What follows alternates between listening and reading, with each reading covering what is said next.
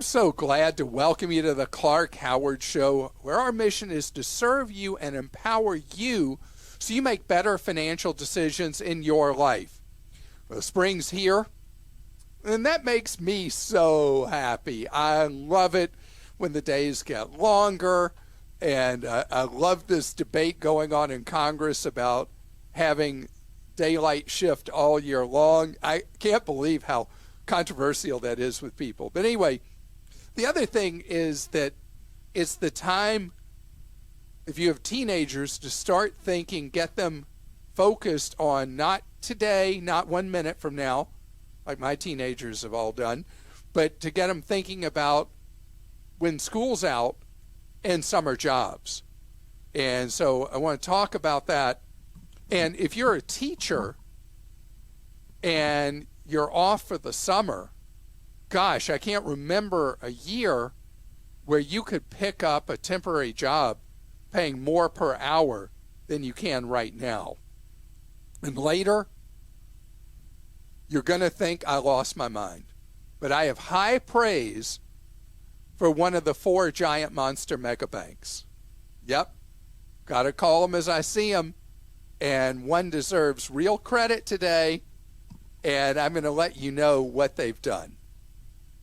So in the job market, what's happened is something that economists have been marveling at, and that is pay rates are going up the fastest in entry-level jobs and going up at slower rates for people particularly who work in corporate career-type jobs.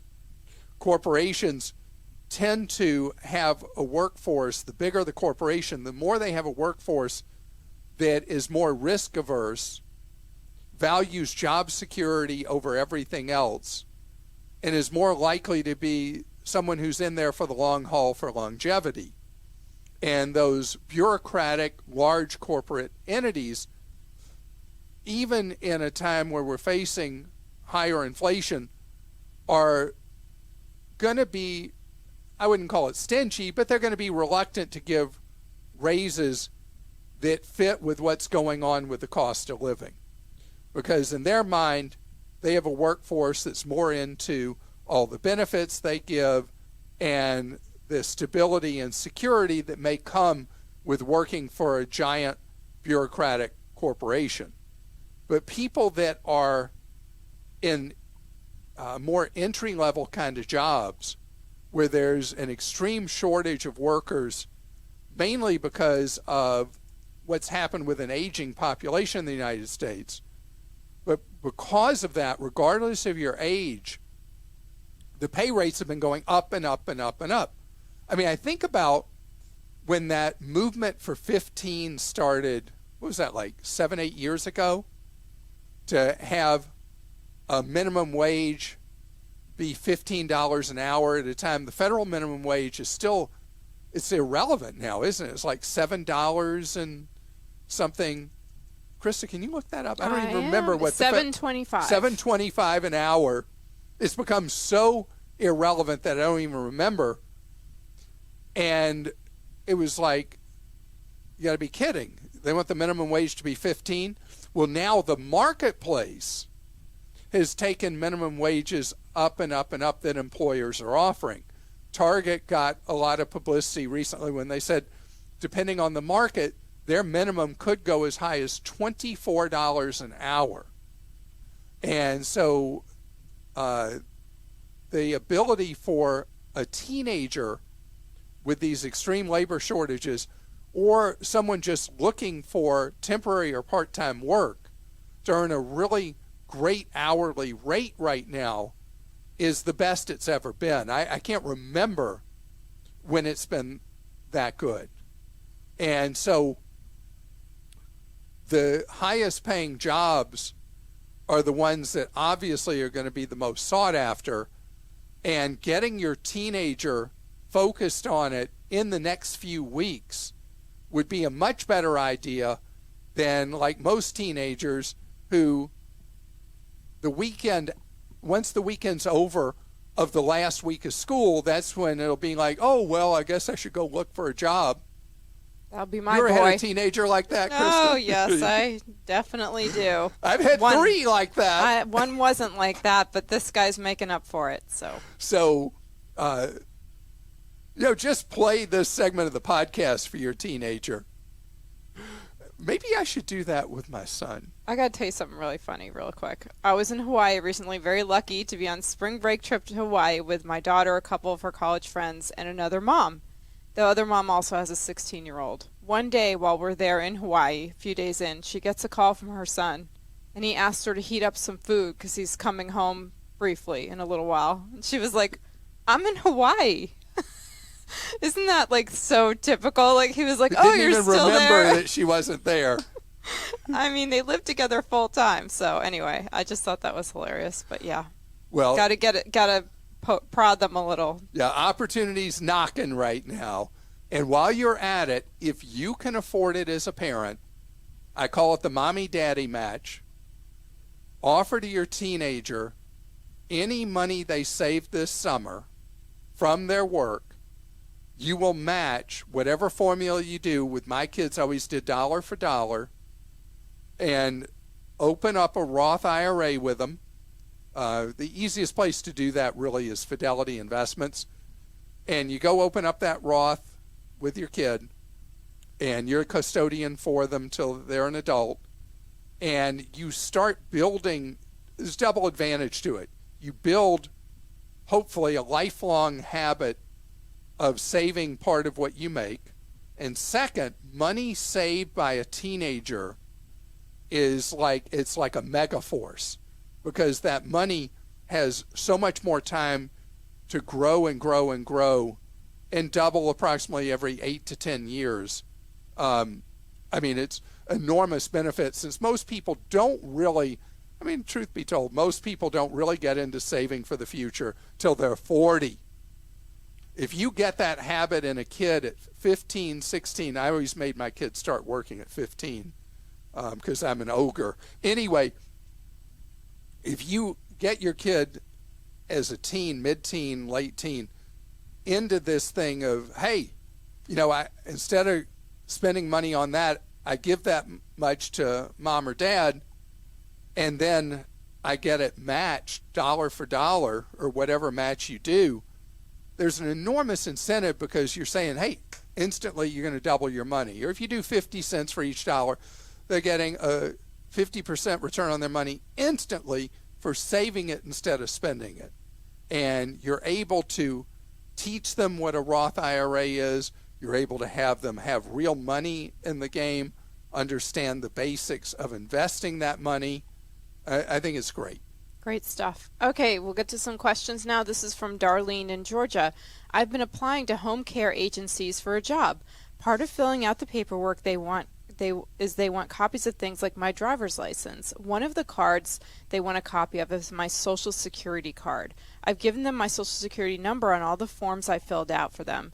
I think I remember Clark saying not to give out your Social Security number, but I believe when applying for a job, the jobs that she's applying for ask for a background check and fingerprinting. I was wondering if I should also show them my actual Social Security card. There's no problem. Once you have to breach that, and you give somebody access to your Social Security number, giving them a copy of your card is no problem at all. So you can do that because you've already done the big thing, which is the number. I always am nervous about somebody just in the application process giving a Social Security number. I like it better when an employer says pending background check, we're tentatively interested in hiring you, and then they ask for the Social Security information. It's a dumb thing for an employer with a prospect they don't even know if they're interested in hiring to ask for a Social Security number, because then that information is in their database. They get hacked. They then have to deal with the lawsuits for having been hacked, and they did not show proper due care by carelessly asking for a Social Security number before it was really pivotal to making a formal job offer to someone. That's just editorializing on my part. But in your case, looking for a job that involves background check, asking ultimately at some point for your Social Security number is a legitimate business purpose. From Jackie in Texas, my 21-year-old daughter is traveling to Israel with her college in May. What is the best way to send money with her? She's an authorized user on my Discover card. I prefer to send prepaid Visa cards. Will that work?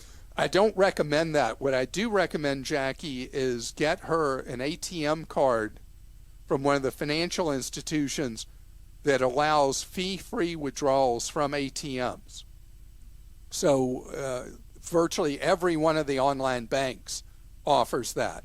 And they offer so many fee-free withdrawals. So she could use the ATM card as a way to purchase things, what I call the piece of trash fake Visa or fake MasterCard, but it would be an appropriate use in this case where she's able to buy things and the money that you have deposited is money that she would have access to. The prepaid Visa cards, definitely don't recommend those. A lot of times there will be foreign currency transaction fees with those, and the law is not as protective if those numbers get compromised or the card gets stolen.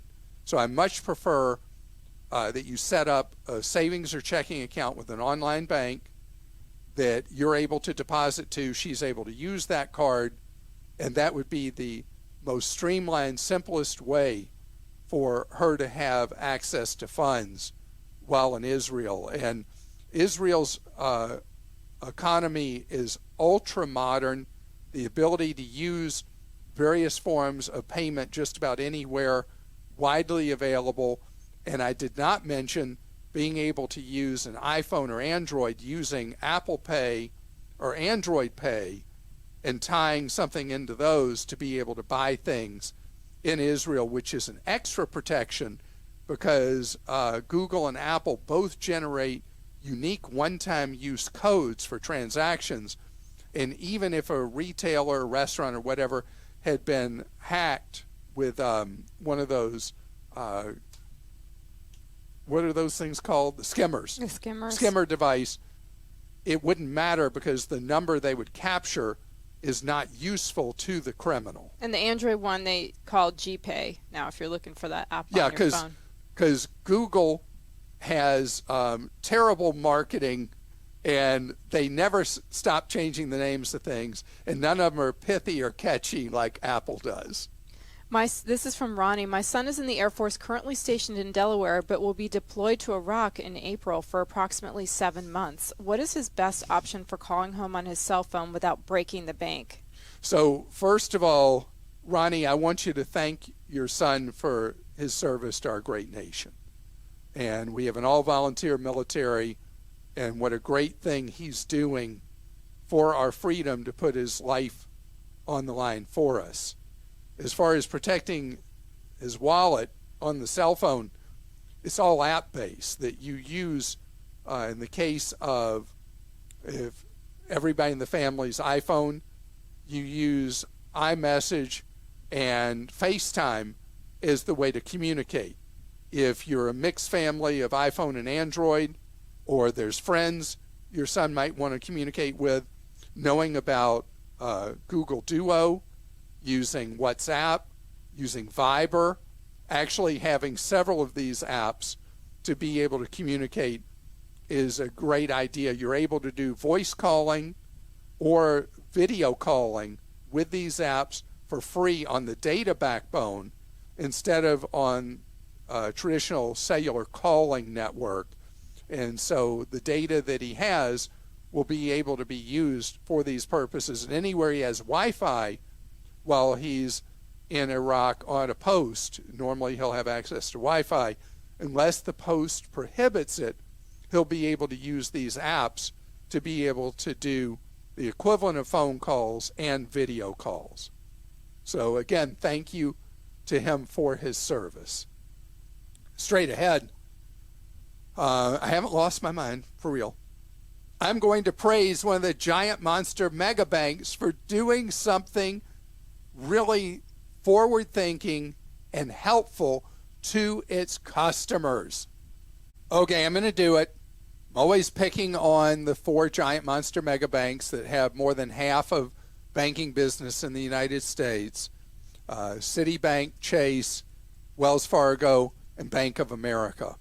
Well, now it's time to praise one of them, Bank of America, and this is something I was not aware of, but I read on Jonathan Clement's website, which is called Humble Dollar.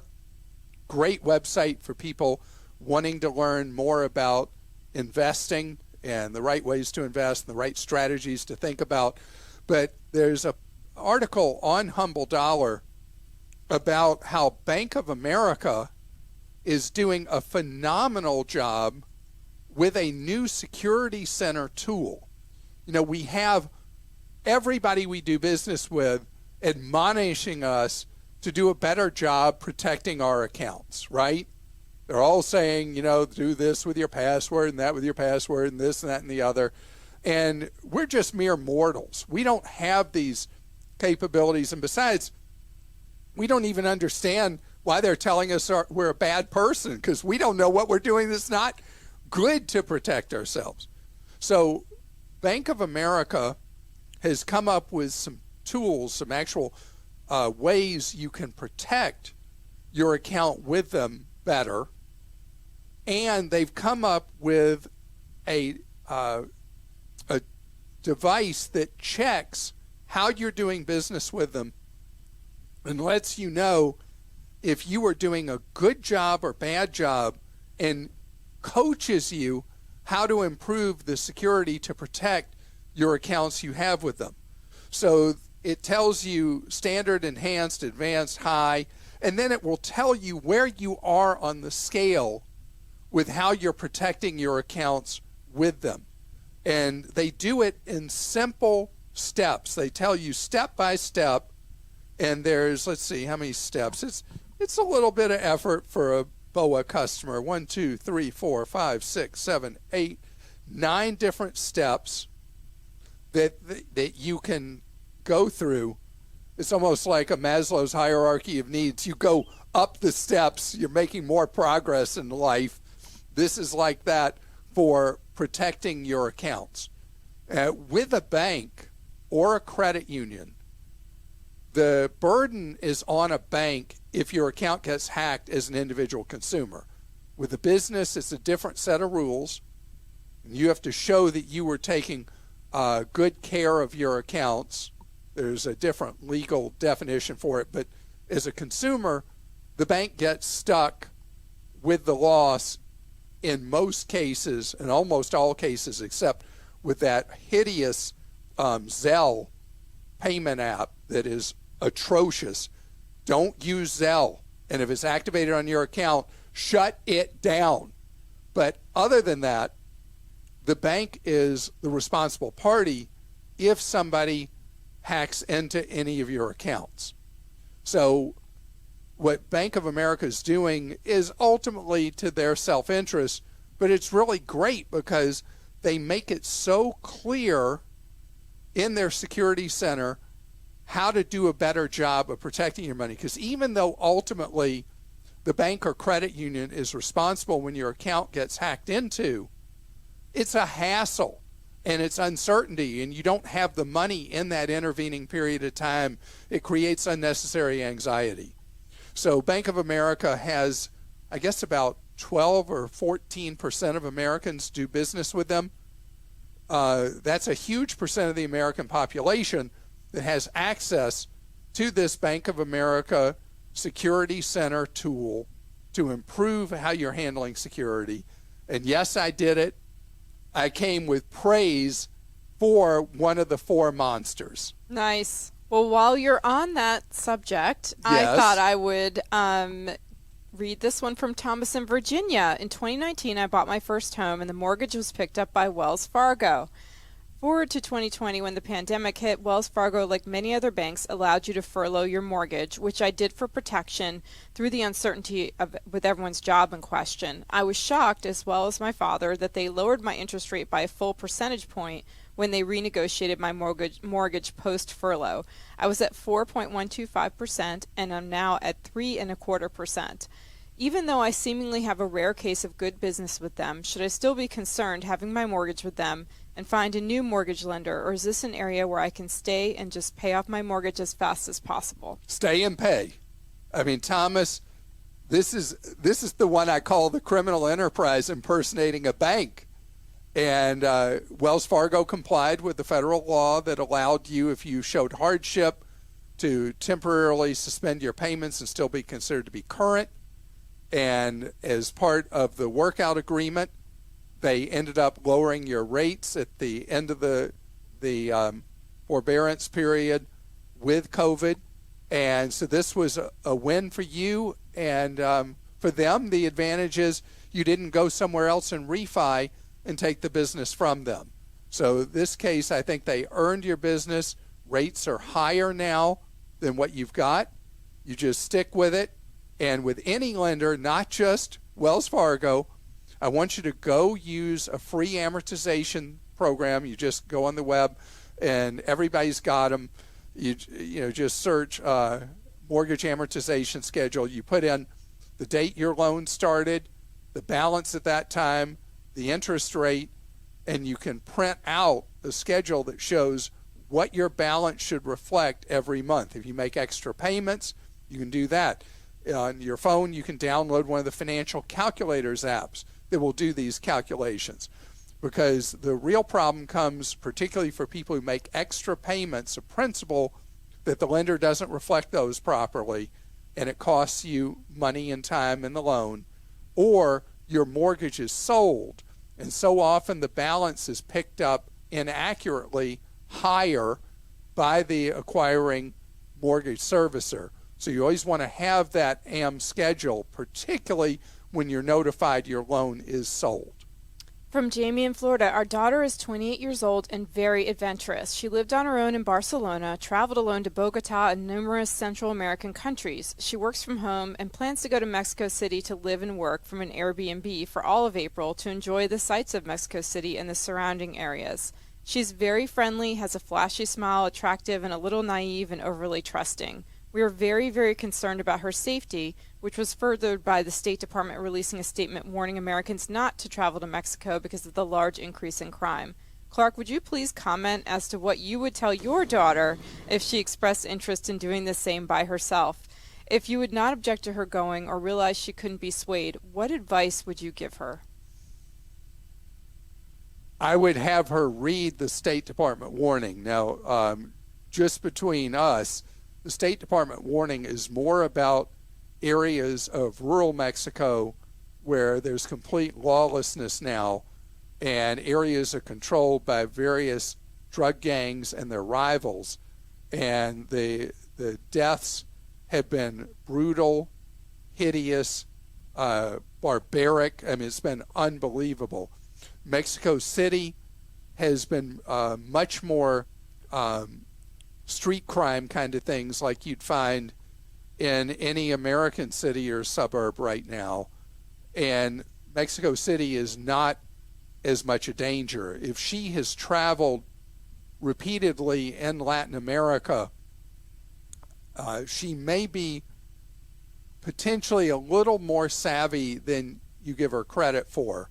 But I think that a parent's worry is the same as my worry would be. My daughter traveled to Mexico, a rural part of Mexico, as part of a group. And even being in part of a group, she was doing so when she was, your daughter's 28, my daughter did it at 17.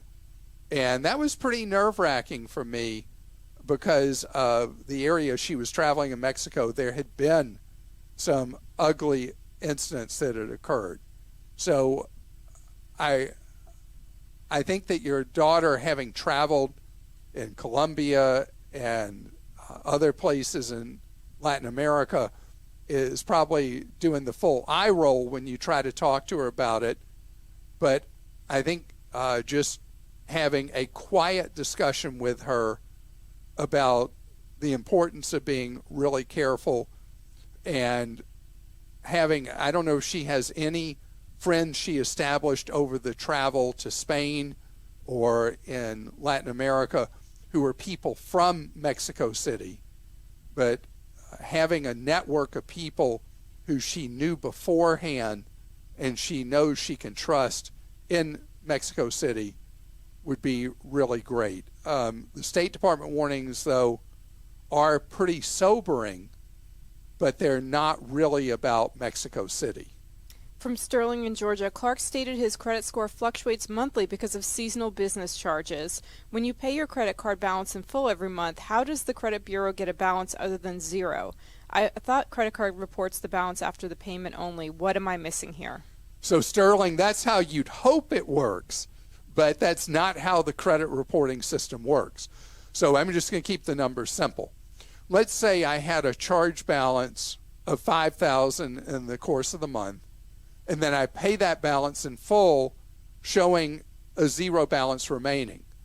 But the way it works with credit reporting is the balance on the closing date, that is the one that's that then establishes the grace period that you can pay your balance in full and pay no interest. The balance on the closing date is what's reported to the credit bureau. So that, even though you're paying everything net, paying in full, it is your balance at the time of the statement close that develops the ratio that affects 30% of your credit score.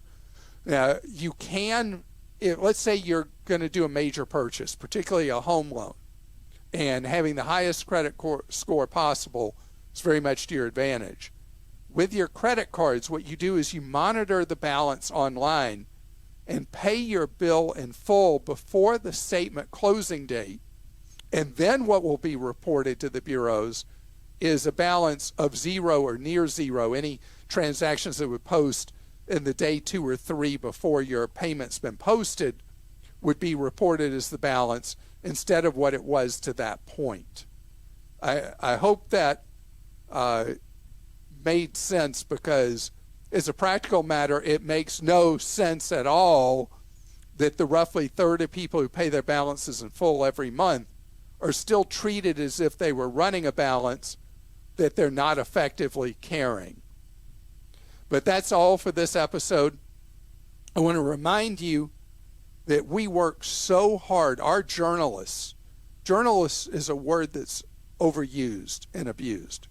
But I want to tell you, the people who work on Clark.com are true journalists. And we do the research, the deep digging, to make sure that the content that we provide you there is content that you can trust, that is thorough, and written in a way that you can act upon it in your life. So when you do have a chance, check out the content we have for you. New content, fresh content, posted every single day at Clark.com. And speaking of every day, we have free newsletters available to you. You can sign up for and choose the rotation you want for how often you receive them if you go to Clark.com/newsletters.